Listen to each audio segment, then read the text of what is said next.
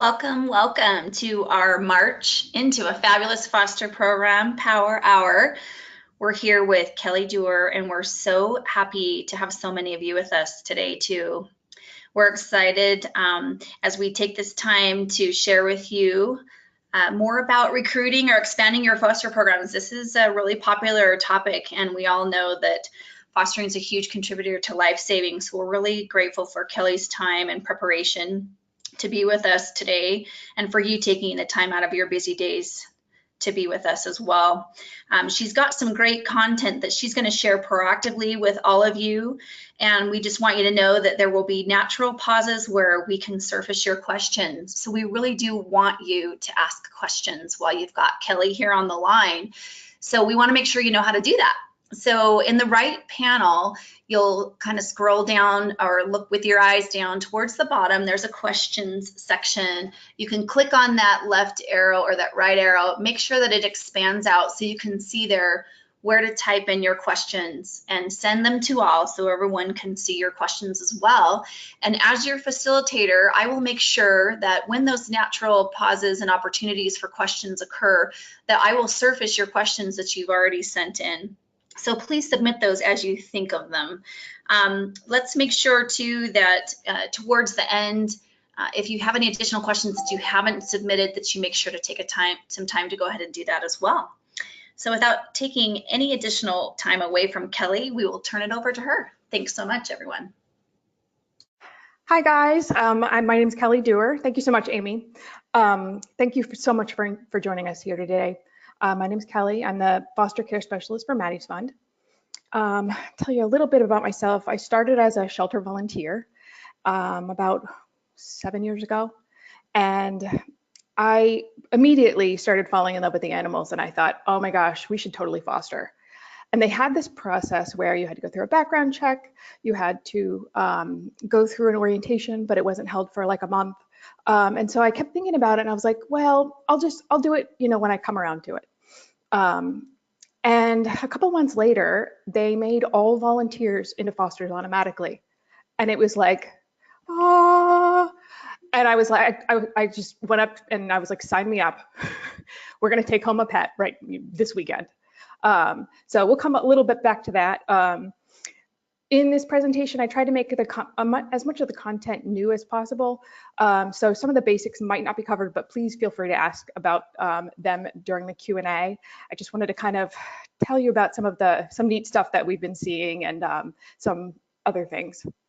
So we're going to talk a little bit about analyzing your data, reducing barriers to foster. Maddie's Fund has done some market research about foster recruitment and turning potential fosters into people who apply. And we're going to go over that data, which is really kind of exciting. And then we're going to talk about some outside the box recruitment ideas that we've seen around the country. So the first thing I'm going to do is look at your data. What are the pets that need foster, and how many fosters do you need for each group? Clearly, we're all here because of kittens, but take a look at all of your populations and see what you need. Definitely look at how your fosters have been finding you. And when I first went, I was working with a rescue, and I went back to look and see where our fosters were coming from. And I realized that it wasn't a mandatory question on our foster application. And so there was a huge amount of unknown. And so all I had to do in our shelter software was go and click a little button that says make it mandatory. And so now we're getting all this data about where our fosters are coming from. And this can be really, really helpful with recruitment because, like, for example, say you have 2 people who found you in 2018 on Craigslist. If you're not posting regularly on Craigslist, and maybe you've posted 3 times on Craigslist and you've gotten 2 fosters, well, heck, you need to increase that because clearly it's a good idea. If you're posting 3 times a week on Craigslist and you're getting 2 fosters a year, you might want to reappropriate those volunteers to something else.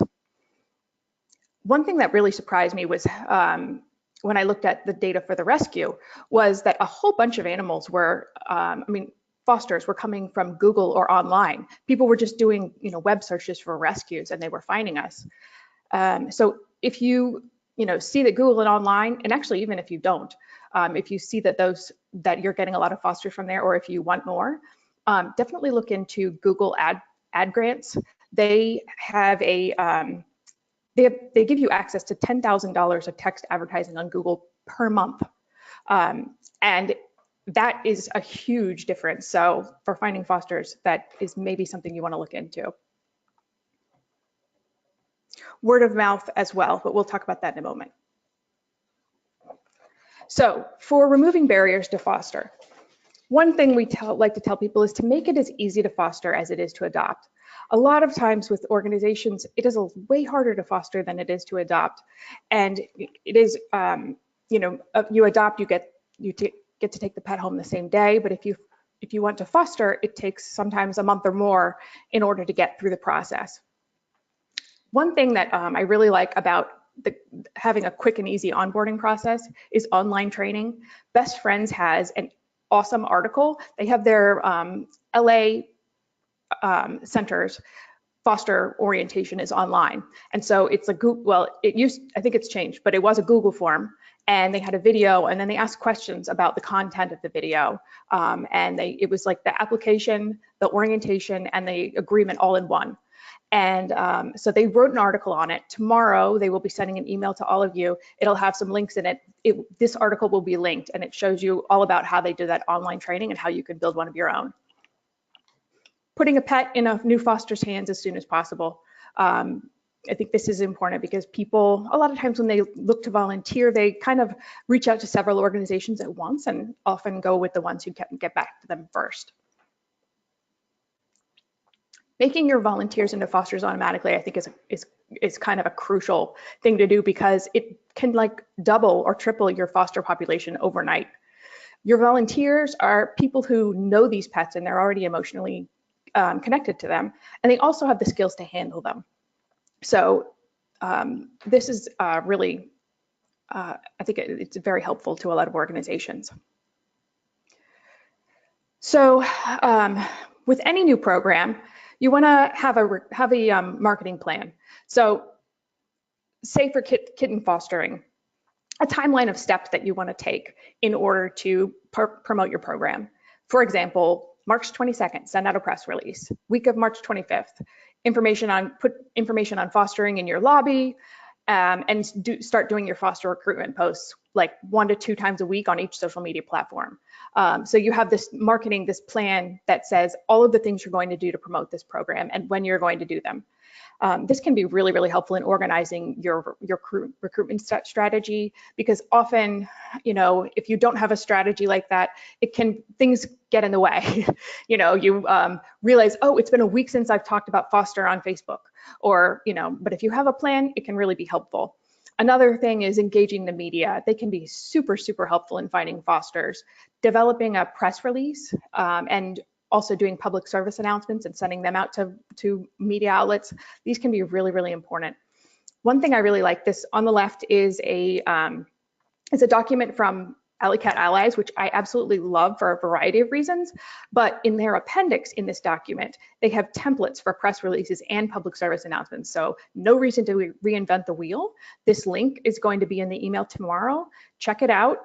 Look in the appendixes. They have template press releases. You can just basically put your name in there and your information and send it out to the media, which is just like amazing. So starting with the market research here, one thing that we learned is that prospective fosters know very, very little about the homeless pet problem, and they really, in general, do not know that they have, that there is a problem in their area or that pets are at risk.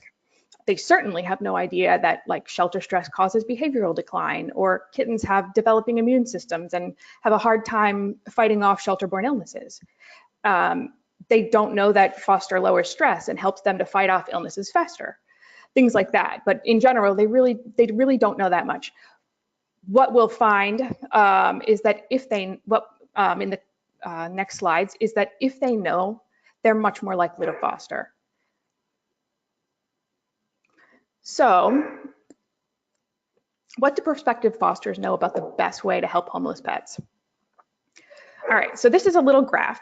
The top is the things that are that people believe are the most important in helping homeless pets. the bottom is the things that are not as important. So clearly everyone thinks that adoption is the most important thing that will help homeless pets. And you would assume that foster would be right beside it, right? But it's not. It's way down here, like smack in the middle, in a model with donating supplies and volunteering. This is another thing that is really, important. People don't know that fostering is just as important as adoption. It saves lives. We need to be working that into our messaging. Another thing that the foster market research found was that word of mouth is super important, and it's probably one of the best ways to recruit new fosters. Ask your fosters to talk about their positive experiences with family and friends. The research found that the majority of fosters don't share information with people, but they do generally when it's a bad situation. But 73% of prospects would trust that information from friends and family. So you want them to be talking about the good stuff and really talking about foster. Next door, this is kind of next door is pretty awesome because when you post on there, it goes to your neighborhood. However, if you're talking to your volunteers and fosters and you're doing a big recruitment drive, you can send a note to them with a template recruitment post and be like, guys, can you all post this on your next door? And in that way, if you get a bunch of people to do it, you can blanket your community with your note. And these are people who, are all over the community, not necessarily the people who are following you on Facebook, that kind of a thing. In my community, I noticed the other day that 65% of my neighborhood is on Nextdoor. So you really do get a huge portion that you may not get on social media. And it is word of mouth because these are your fosters and volunteers who are posting it, and then people can ask them questions and things like that. But do talk to them in the beginning of kitten season and say, hey guys, we really need you guys to start talking up foster. So what we found the best messaging, this is a message that was the most likely to turn prospective fosters into applicants. Fostering is an important step in a pet's journey to their forever home. A home environment is best for their health and well-being. Fostering cats and dogs allows them to thrive in a home environment and practice forming bonds with their caregivers. For pets who have been waiting longer for adoption, foster caregivers can help reassure adopters that these pets are a good fit for a home and speak to the type of home or family that would be the best match for the pet. So this really connects fostering and adoption. It connects fostering and saving lives and the benefits of fostering as well.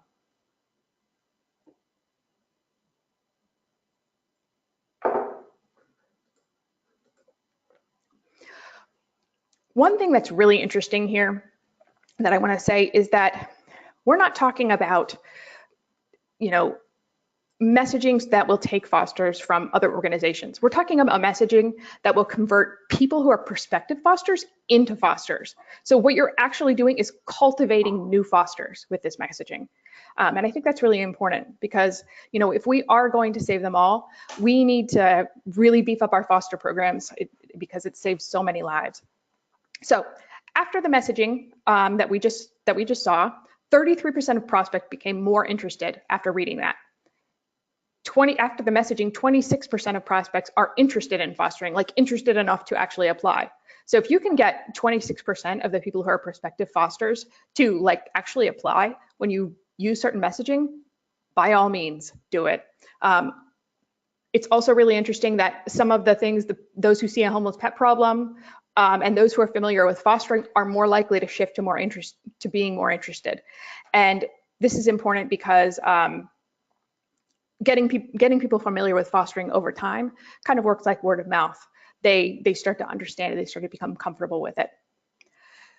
All of this said, I was talking to Christy Brooks at Cat Adoption Team a couple of days ago, and we were talking about the market research, and she was like, our fosters actually, we find a lot of people are interested in having adorable kittens for a few weeks, or they, want to have that experience with their kids. And I was like, well, market research isn't everything. Use all the angles. So market to these people too. So about a year ago, I was talking to a foster coordinator from an organization, and he was telling me, or I was consulting, and he said, we're not getting any foster applicants. And I said, I went and looked at their Facebook page, and I looked at all of the times that they mentioned foster or posted about foster, anything in the last month, and realized that they didn't talk about foster even one time in the last month. So instead of having people go to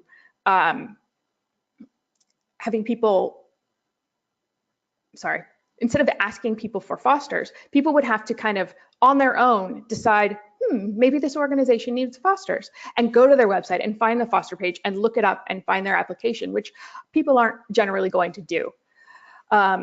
So I went and looked at the 7 organizations that had the most successful foster programs that I know of. And I tallied up their social media. And it was very, very interesting. So basically, these organizations are talking about foster all the time. About 30% of their posts contain the text, video, or images from foster. And these guys are posting like 5-6 times a day. So they're talking about foster on social media like more than once every single day. And I'm not just talking about recruitment posts, because that would be a lot. I'm talking about stories of pets in foster. This pet is available for foster or adoption. Mentioning foster in, a post about the holiday weekend, anything like that. This one here is just a cute video of 2 cats like loving each other, and it has help us by adopting or fostering. Again, putting fostering up there with adoption as, something that's really important to the organization. So I think this is probably a good transition point. Do you guys want to do some questions? You bet. Kelly, can you tell me, I know, and maybe you're covering this more specifically later, so I don't want to give away anything too early, but I know you do consulting. And I know you just talked about those who are most successful and what you've seen in comparison to those who maybe could bolster their efforts as far as recruitment is concerned. Can you talk a little bit more, if you don't already have that pre-scheduled for later in the presentation, about some of the, I guess you'd call it a case study or an experience, and you don't even have to say the name of the organization, but just some examples that you might share about your experience with specific scenarios where you've come in to consult on a fostering program, and maybe give us an example of maybe someone who hadn't even started and were really in kind of dire straits, and some of the things that helped them move the needle. And then maybe another example of someone who was doing pretty well, but they just wanted to sort of bolster things or maybe do things from a sustainment perspective. Do you have a couple of examples that you could share that might help people see from different vantage points of where they could either start or enhance? Yeah. So the organization I was talking about, the first thing I did was say, you guys need to start talking about foster on social media. And I talked to the organization like a week ago, and they said, before they were getting 30 applications a year. Now they're getting 75 applications a month. And that just, it was simply by increasing the amount of foster that they're talking about, which is just literally incredible. Pima Animal Care Center, when I did this kind of like looking into the posts, Pima Animal Care Center, and this is not the whole reason why they do a ton of marketing and press releases, but they went from, I think in 2017 they may have done like 2,000 pets in foster, and this year they did 5,000, and they did it through a combination of using press releases for their foster program, literally any changes in their foster program. If they had an emergency, if they needed fosters for, big dogs because they were full, if they, needed kitten fosters, they would always send out they do always send out a press release to the media, and the media always is very responsive. So, and they also do increase their posting on social media about foster a lot. It's awesome. It's awesome to see those data points of the impact that it had. So that's really cool. We did have another question come in from Blake Hamilton. He asks, or she, I'm sorry, how much feedback / support for fostering comes from using social media with things such as Twitter and Instagram? Okay. I'm not sure I understand the question. How much feedback, like how many, like the results? So it sounds like with feedback or support, so I'm wondering, maybe since Twitter wasn't really on your list, are people using Twitter much for fostering that you know of that to track? Yeah, At least I guess it wasn't showing as high. So I guess he's wondering about some of those that didn't have as high a numbers. And then I can unmute Blake too. Blake, do you want to reiterate any further? I unmuted as well. Yeah, totally. So actually, that's a good question because I think it depends on every organization. I think probably in most organizations, you're going to get Google and Facebook as probably your high, and word of mouth as your highest ones. I know I've been doing Instagram for our rescue for like the last year, and I've been pretty heavy on the foster pleas, and we've gotten some, but we haven't gotten even close to as many as from Facebook. But that's not to say that it's not worth it, because if you're doing Instagram anyway, you can always like stick a little, like say you're, a lot of times I would do something like I would post a cat who's available for adoption. And at the end, I'd be like, you want to save a cat like, ICE, apply to foster for us, and then put our foster information there at the bottom. So it doesn't mean that you have to like really make all your posts about foster, just kind of work it in there. And it really depends, like Craigslist, when I looked at the data, there were only a few, but we had not been posting on Craigslist regularly about foster at all. So I have a feeling that that might be one that you can really make improve if you have somebody working on it, or like posting once or twice a week about needing volunteers and fosters. It really depends. I would say everybody look at your own data and see what you've got coming. Yeah, for sure. Not every channel works similarly for the community and the type of audience. And sometimes it's demographic, age groups and what tool they tend to be on more, things like that. Exactly. But Blake said thank you, and that does answer the question. We have another one coming in from Carrie Kilgore, who wants to know if you can explain what you mean by using Google to find fosters. So if you could talk a little bit more about that. Oh, okay.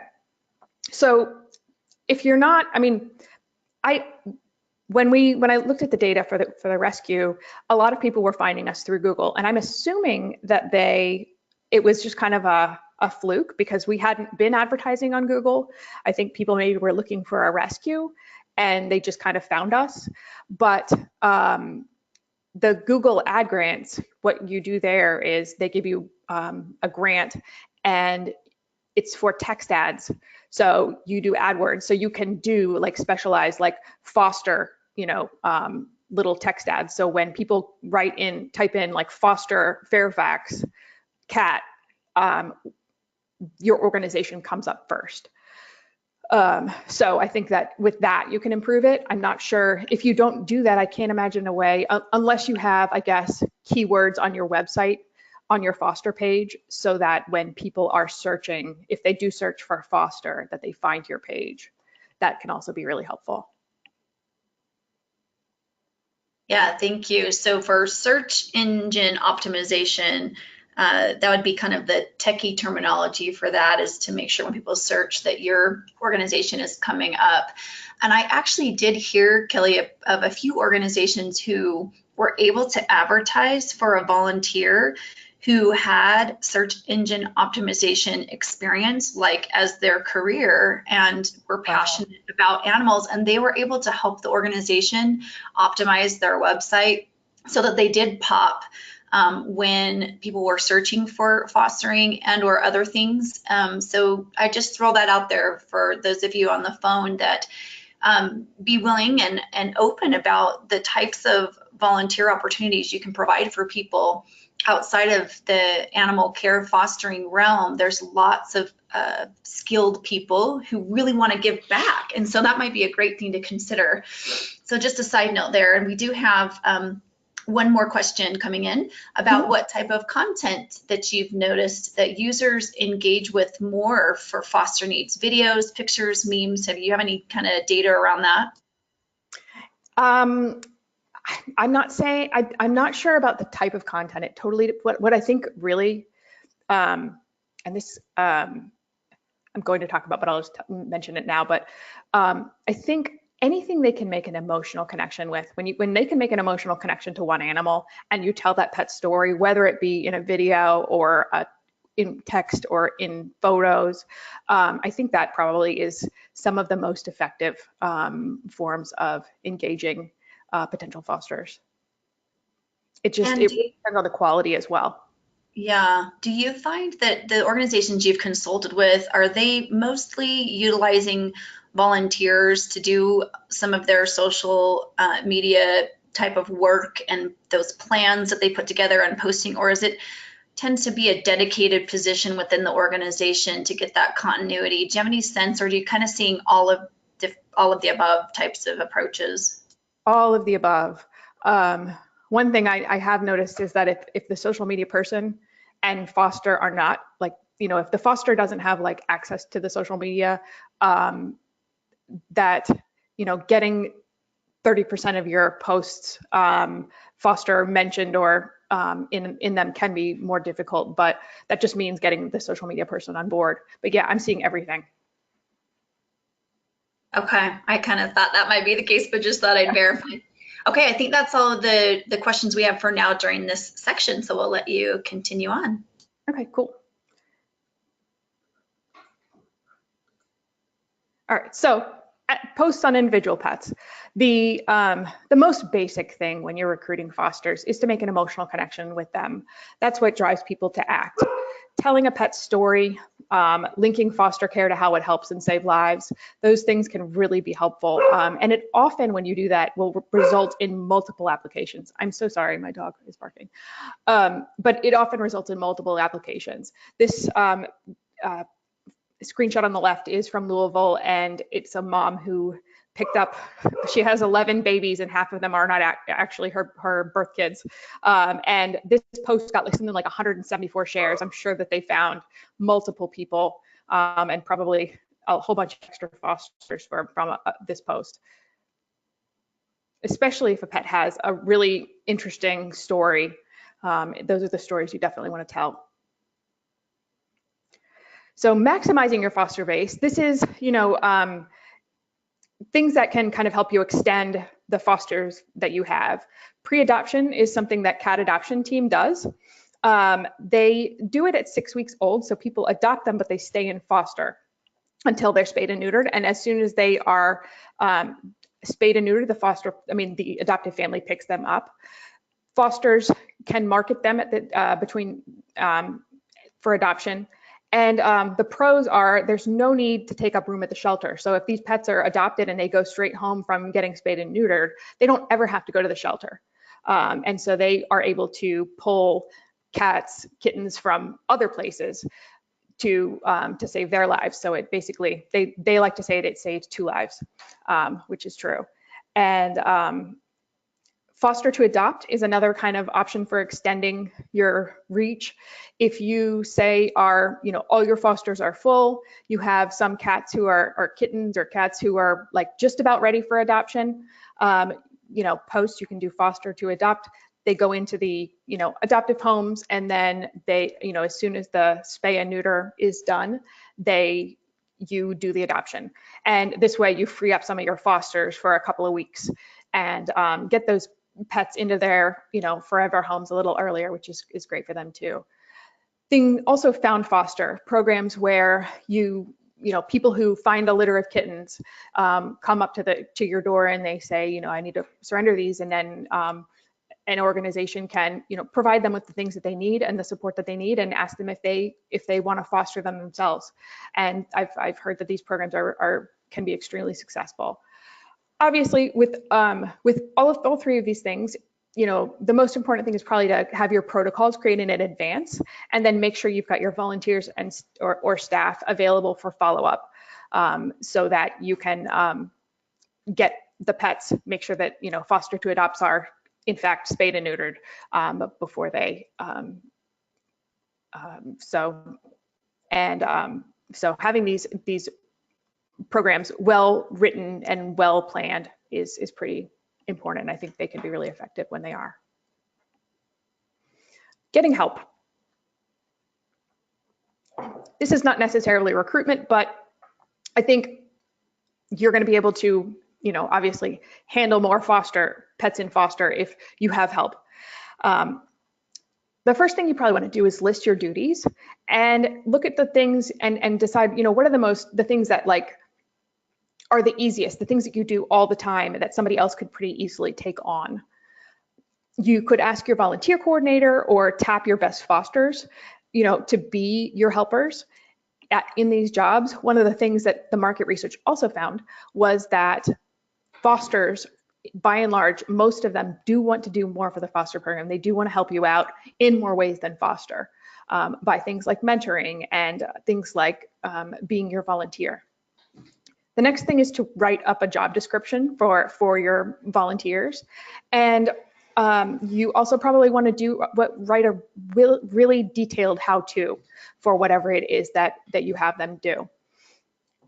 Austin Pets Alive has one of the most successful foster programs I've ever heard of. And they have, I believe, just 2 foster coordinators who are full-time, and they have dozens of volunteers in different roles who are supporting the foster program. They do everything from helping market the pets to following up with vaccines to helping match pets, helping check them out.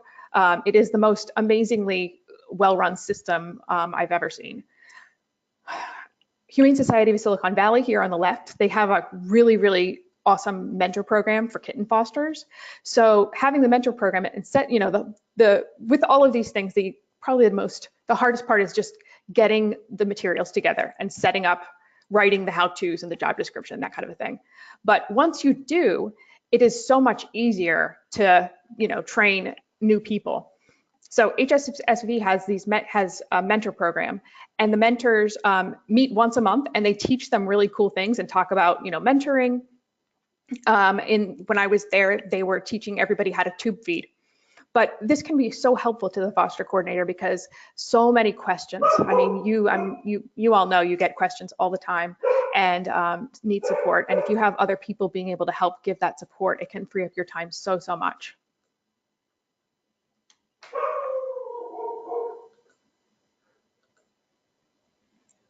So a little bit of out of the box ideas here. One is don't stop. When you think about foster and finding foster caregivers, don't stop at humans. Talk to businesses, talk to government agencies, and see if maybe they would want to foster. There are quite a few programs out there that are where businesses are fostering. So Austin Animal Center has a relationship with the Parks and Recreation Department, and they foster cats for them. Also, PAC has a memory care program. So the memory care facilities are fostering some of their kittens, and it's a mutual benefit for the people in the facilities and also for the kittens. This on the top right, Kentucky Humane Society, they did a Facebook Live, and they just talked about their foster program. They showed a couple of pets who needed foster, and then they answered questions on Facebook Live to their supporters. And I think this is really cool because when one of the things in the market research was that people don't, one of the reasons they are afraid to foster is uncertainty. They just don't know what it's like, and they don't know, what it means or what the requirements are. So doing things like this to help answer questions is, I think, can be really helpful. This at the bottom is the cat cafe they did at Pima Animal Care Center this year, and they invited the community to come out, hang out with some cats. They turned their training room into a little cafe. They got a little rug. They got, beanbag chairs and stuff and pastries, and they had a ton of people come, and a bunch of them ended up taking cats home to foster. And if you're a municipal shelter, this is like my favorite new thing of all time. So if you're a municipal shelter or a friends group for one, you have kind of a direct line to your county government and the citizens in your county. Dallas Animal Services did this recently. So they sent these out in their water bill to every citizen in the community. And I think it's just the most amazing thing, because since they are part of the government, they're able to do these things. At the Friends of the Fairfax County Animal Shelter, they send their a little fundraising pamphlet out in all of the personal property tax bills. I just got mine yesterday, but that is another idea for foster. You could send out a little, pamphlet about fostering to everyone. Also, county employee newsletters, online newsletters, things like that. A lot of counties are happy to post it because it's county related if you're a municipal. And guys, I really, really appreciate you being here with me. My email is here below. One of the things that I do for work is consulting. So if you have questions, or if you just want to talk about, hey, how can I, help recruit more fosters, or any kind of, foster question, email me. I'm happy to set up a call. This is something I do, and it's something I absolutely love doing. So do not hesitate to contact me. Also, we have a huge, huge folder inbox and on Google Drive that has like a ton of foster templates. And these are templates from organizations around the country and stuff that we've made that that anyone can use to develop their own programs. So, we have everything from field trip foster to kitten foster to all kinds of stuff. Foster manuals, foster agreements, everything. So I'm happy to give you access to that. Also, I have office hours every Tuesday at 6, and let me know, and I'm happy to send you the information. I'm happy to take questions. I really, really appreciate you guys attending. Awesome. Thank you so much, Kelly. On the access to all of those templates and things that you just described, is that something that you're looking for, a one-off prompt, meaning them sending you an email that they'd like access? Is that how you want them to let you know? Yeah, I guess I could just send it to you and we could just send it out. We can, if that's something that you have available. If there's a link that can give them access to that, we're happy to include it if that's helpful. Yes, absolutely. I'm sorry. I didn't realize that I could do that. I don't know why. No worries. Anything we can provide template wise, that's huge. That'll be great. Cool. All right, we got a couple other some more questions coming in. So Brianna Porter wants to know, she says, do we email you? Oh, I just asked her same question. That's about the pamphlets. Okay, so they're coming in good now. And then Fran Himmel wants to know what you can suggest for a dog rescue that is a foster home network for recruiting. One of the things the rescue that I was with did that was the most effective was telling pet stories. And we would post, we would actually go to the shelter and take pictures. I would take pictures of the ones that they really needed us. When I pick up kittens, I'd say, who's next? And they would show me who they were. And I would take some pictures and we would post online and just be like, hey, we really want to say, we really want to pull these guys. We don't have enough fosters. We need a foster for, this little guy. We'd often get multiple applications. And so that was probably, and also just telling individual pet stories. If we had a pet who was in foster and the foster was going away and, we needed a new foster, we would, sometimes tell that pet story on Facebook or Instagram and ask for people to consider fostering. And we generally, that was probably the most effective way of doing it for us.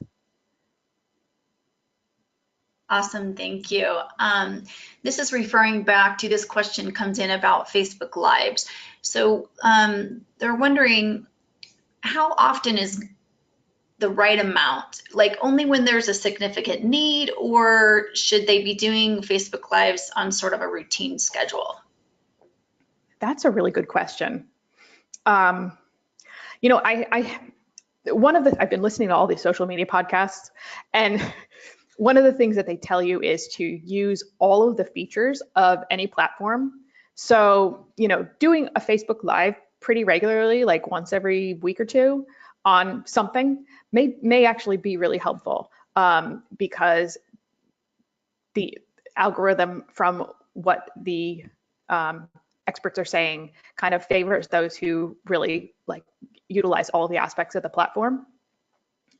So I really do like Facebook Live. In any social media, make sure that your content is interesting. If you don't, if you have something that's like, certain things lend themselves to Facebook Live and certain things don't. That is, but if you are doing Facebook Live, say about your foster program, every, week or two, introducing some pets that need foster, I think that's people, are interested in that kind of thing. So that can be probably effective. Yeah, I was just going to ask you what content you felt like did lend itself more so. And so having the live animals there that are available for foster is one example, right? That might work well for a Facebook Live setting. Any other examples of things that you've either seen yourself or seen other organizations do for Facebook Lives that you feel like creates an engaging type of interaction? Any kind of story. So one thing that I tell people, this is kind of more longer term foster, but if you have a pet in longer term foster and you're looking to get it adopted, having the fosters create marketing material and posting on that pet like once a week or even twice a week. Over time, when people are seeing this pet on social media, like on a regular basis, they get attached and they kind of become invested in seeing this pet, get adopted. So one of the most effective Facebook Lives that I've ever done was these two cats, and they were long-term fosters. They were long, like I think they were all our longest stay pets, and people really had gotten to know them over the months that they were with us. And we were getting them adopted together because the mom, she had, I don't know, had a major issue having her babies. She lost them all. She went to a foster, and that foster got bottle babies, and they were in the next room. And while she's recovering from like this hysterectomy that she'd had, she's hearing these bottle babies, and she's like literally like scratching at the door and going crazy trying to get to them. And so finally the foster was like, I'm just going to let you in because you're going to like hurt yourself if you don't see these babies. And she like became their mother. And so one of them she was particularly close to, so we wanted to adopt her with that kitten. And so when the two of them got adopted, we did a Facebook Live. And what was great was the story, because the adopter, turns out she had adopted her son. And so when she saw them and heard their story, she was really attached. And also her husband had passed away like a year ago, and the day that she saw them was the day like his birthday or something. So we did a Facebook Live, and we were like, we know you guys are, love these kittens, and we want to share this moment with you. And so we had her tell her story, and like it was crazy effective. So again, stories are so effective. Yeah, that sounds like a super compelling one. Great example. Thank you. So you mentioned that you've been doing some research by listening to some social media podcasts. So you have someone curious if you have recommendations of the name of that podcast. Oh yeah, so several.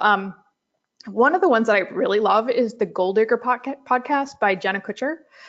Some of the stuff she talks about is not animal welfare technically related, but it's been really helpful. Things like growing your email list, Instagram tips and tricks,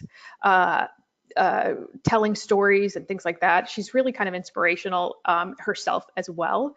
That's probably that's definitely my favorite one. I also like the social media marketing podcast with Michael Stelzner. And I've also been listening to the Animal Rescue Professionals Association podcasts as well, and I like them.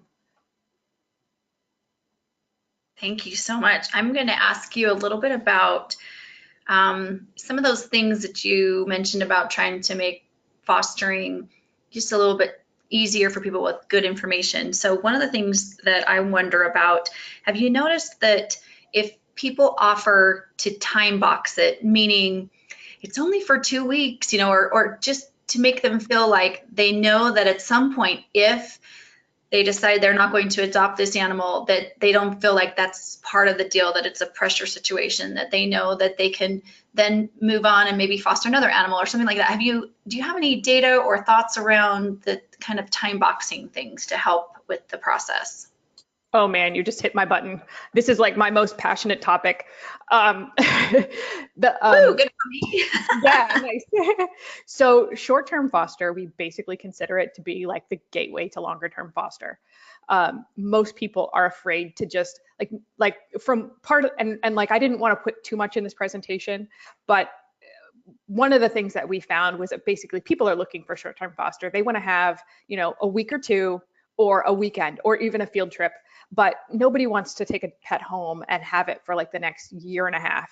Because like you've got attachment, you've got other things to do, you've got, other pets and stuff. So dipping your toe in, and I will say that personally, we decided to foster because they started, because A, they made the volunteers fosters, but B, they also started a weekend foster program. And my husband and I were like, we couldn't foster all the time. We don't have time. And it took about 3 weekends to realize that, yeah, we could foster all the time.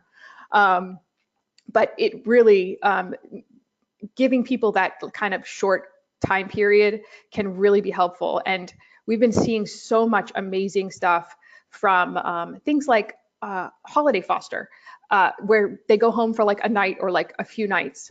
And then like a lot of the organizations are seeing like 60% or 70% of those animals not come back to the shelter because their fosters are just keeping them because they realize, oh, this is not as hard as we thought. But like these people, if you had said, keep this pet till adoption, those people would never have applied. So That's right. It's almost like a psychological thing, right? Like right? what makes people take the plunge is that they feel like, okay, I can do that much. It's kind of like, I can eat healthy for 2 weeks. Let me at least try it, see how it goes, Yes, exactly. That's how I became a vegan. I was like, my husband and I watched it, I don't know, Food Inc. I can't remember what it was. But then we were like, well, we can just try it for a week. And then it was like, well, we really like this. So. Exactly. So true. Okay, the other thing that I'd like to ask you about to make sure that we do this the right way for you as well is you mentioned office hours on Tuesdays at 6 p.m. Is that 6 p.m. Eastern Standard is my first question. Yes, it's 6 p.m. Eastern Standard, and I will send you a link to the Zoom meeting. Okay. So you can send it out. That's exactly what I was going to ask, is if you had a way that you wanted and preferred people to reach out, whether it was emailing you or whatever. So we can, I'm making a little list here of the additional items that we can include. And so it sounds like we can include a link to your Google Drive access with the templates and things. So you've got a fair amount of interest in that going on. And then we can send a link to the Zoom in that document if you're okay with that. Yes, absolutely. And then we even had, because the podcasts came up, if you don't mind, I'll go ahead and list those 3 or 4 that you mentioned with the titles and, who is authoring those so that people can easily find them. Those are the 3 additional things that have come up of interest within sort of chatting right now in the question area. Cool. Will that work for you? Absolutely. Mm-hmm. Awesome. Okay. I'm going to do the all call in the last 10 minutes here to make sure that those of you who are here with us have that additional opportunity in these last few minutes to think of those things that are really pressing for you within your organizations, maybe even the reason that drove you to come here today to this session with Kelly. If you have any other question that you want to make sure you ask her while we've got her live, we definitely want you to take that moment and this opportunity to do so. We also are being asked, Kelly, if it's okay with you, to not only include the recording of this session, but your actual slides there that you provided. You've got some good data in there, and so they just want to make sure that that's part of it. Are you okay with that? Yes, absolutely. And I believe I sent you the link to the actual market research document, which has like a billion tons of amazing information in it. So you should be getting that tomorrow when the email goes out as well. Awesome. That's one of the things that I wanted to go into just a titch more in the last few minutes, and I'll keep watching to see if additional questions come in. But is there anything else from the market research? Because I know this is pretty hot off the presses, right, Kelly? I mean, when did this research come out? How recently? I mean, I think they just put it on the website like a week ago, maybe. Yeah, that's what I thought. And Yeah, you're pretty intimately close probably with what's in that document, right? And I yeah. know that it's got tons of information. I don't know how lengthy it is because I haven't perused it yet myself, but if you were to, besides the stuff you already called out in your presentation, if you were to tell these folks on the phone who have limited time, if there's any portion of that that you would recommend them dive into, more so than any other, which section of that would you have them jump in and take a deeper look? Well, look at the things that there's a one part of it that shows the reasons people prospects don't foster. So look at that and see how you can kind of eradicate all those issues. One of the ways you can do that, it's things like existing pets, housing issues, general uncertainty, human attachment.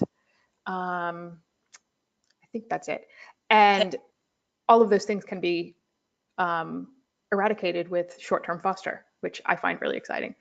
Um, the messaging, there's a lot more messaging in there. I think that's probably really important as well, especially if you're looking for foster recruitment. There's probably 5 top messages in there. So that's really one to look at as well. Perfect. Thank you. That helps so much. We do have another question that came in from Amelia Smith, and she asks, she talks about, she saw that you mentioned one way to grow your foster base is through found fosters. Is that where the finder of kittens are recruited to foster them? And if so, she was saying that their organizations tried this in the past, but hasn't been as successful as they'd like. And so she was mentioning that the finders are either super willing or they fall off the radar and don't follow up with them. And so they'd love to push this more. And so she'd love any additional tips about making it successful. This is a good point. And honestly, this is probably the thing in this presentation that I'm the least familiar with. I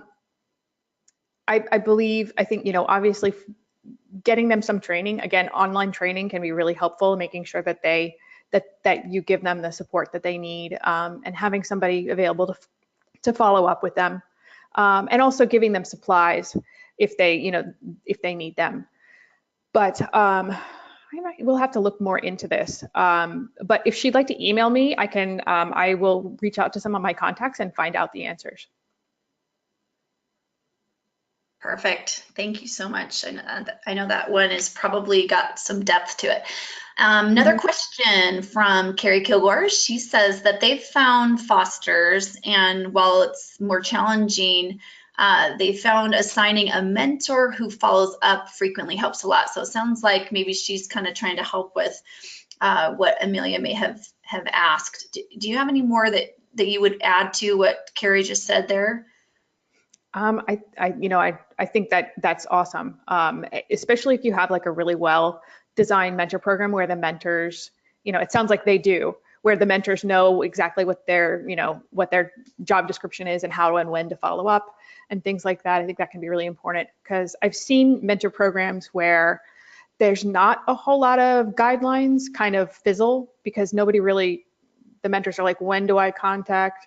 But the HSSV mentor program, which is in the Google Drive, by the way, has like specific emails that you send, templates that you send to fosters, and this is how often you follow up and that kind of a thing.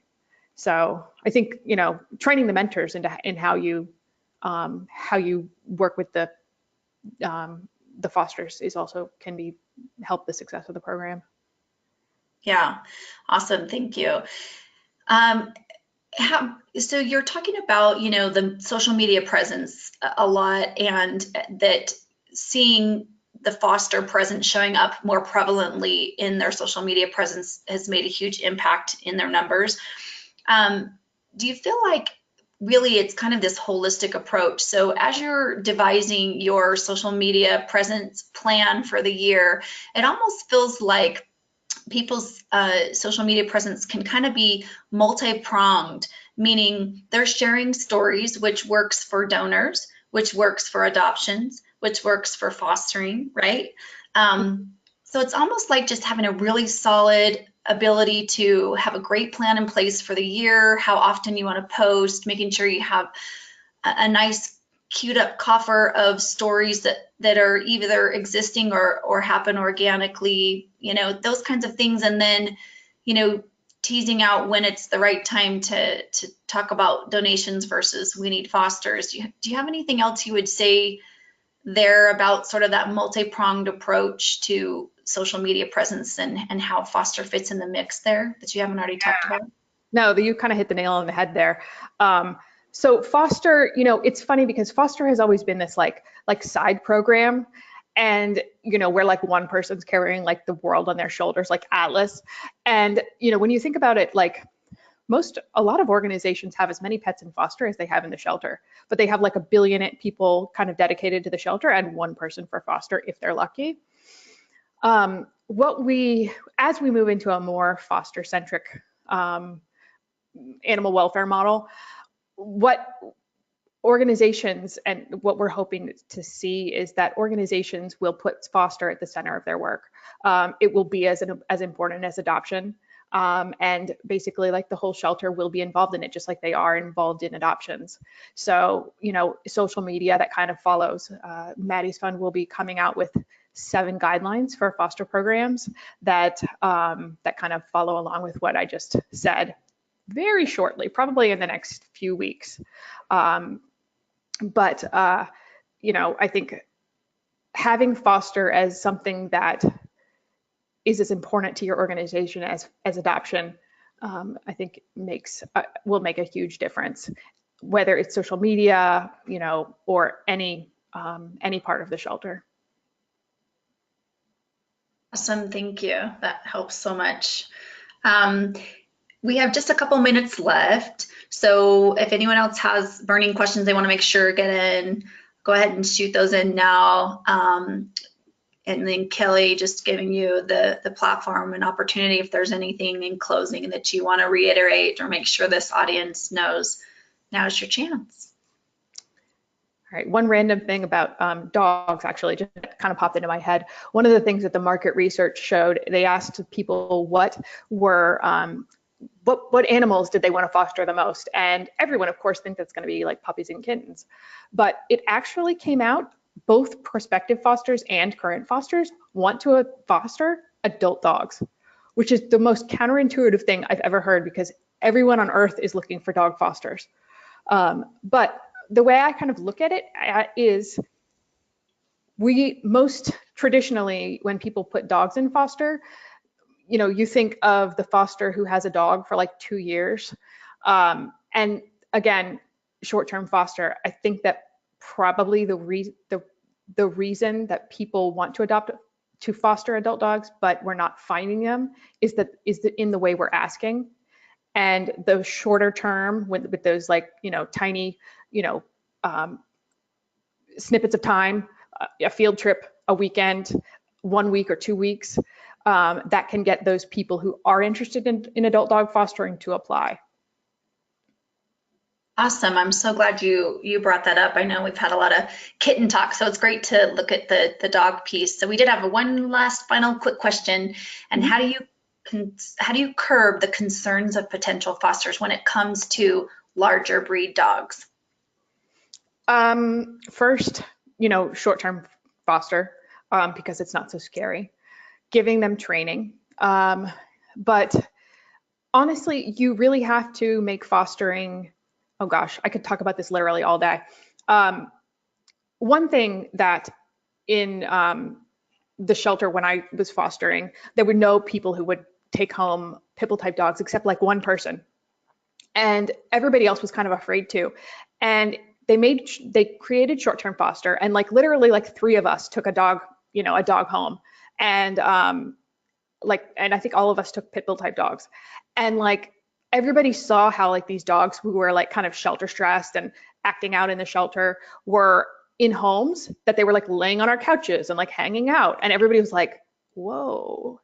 And kind of over time, just like those few, just having a few people do it and be successful was really, really helpful in kind of turning the tide, especially when combined with the short-term foster programs. That's perfect. Great segue, because then we all know that if those things happen and then we share about them happening, right, that word of mouth piece happens, and that fear and that myth, I guess, if you will, is then hopefully debunked at that point.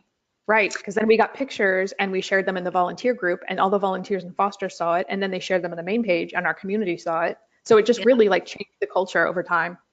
That's awesome. That was a perfect way to end this session. Thank you so, so much for being here, Kelly, and thank you to all of you for being here live and for asking your wonderful questions. We look forward to sending this follow-up information with recording, and we hope you'll continue to join us in these power hours once a month with more people like Kelly and lots of additional resources following thereafter. Thanks, and have the great rest of your day, everybody.